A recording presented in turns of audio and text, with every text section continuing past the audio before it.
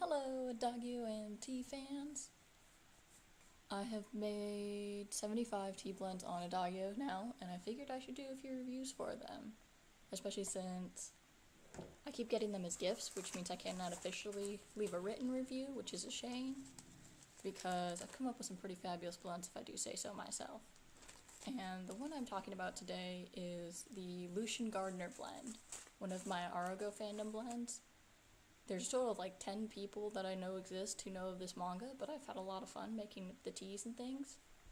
And I figured I would review this one because it is pretty ridiculous, but it fits the character, which just makes it worse. It's just like, this tea upsets me in some ways. I've already brewed it because it takes a long time for me to wait for tea to cool down enough that I can actually drink it. It's, according to my teapot, almost down to 100 degrees. Probably less than that. But I have to say, I love having a teapot. It makes such a difference knowing what temperature the water is boiling at. For higher for black teas, lower for the green teas and stuff. Anyway, you can see the Lucian blend is pretty dark. It's kind of a golden color, and as you pour more, it turns more brown. And like that. It's pretty good on its own. Opening the bag, I have a little baggie. Going Guest is the one I finally met her at a con, and she gave me some of the teas that she had gotten.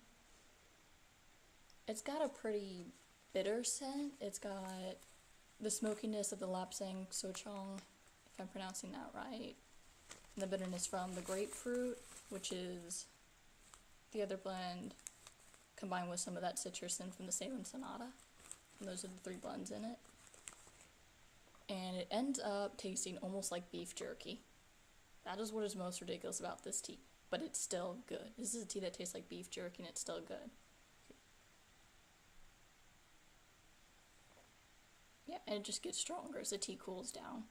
It's got more of that black tea and grapefruit scent earlier on, but then it just gets, the smokiness takes over a little more as it cools, which is when I'm drinking it. I'm gonna try a little experiment now and see what adding a splash of milk does. Alright. It's really good on its own. It's got that weird flavor and it just works somehow, but milk isn't bad either with it. Helps to ease out or mellow out the flavor a bit. So that works pretty well. Then we're going to try adding sugar. I have to get this huge Timbit because all the coffee drinkers in this house use stevia, which is a crime.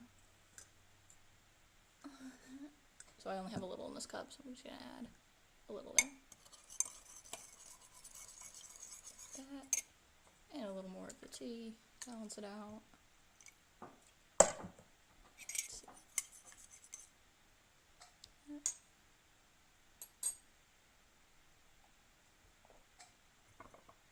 The sugar takes over pretty quickly, which I've found with most teas. Sugar tends to take over. That happened with my Seth tea, which I'll have to get some more of so I can review that as well.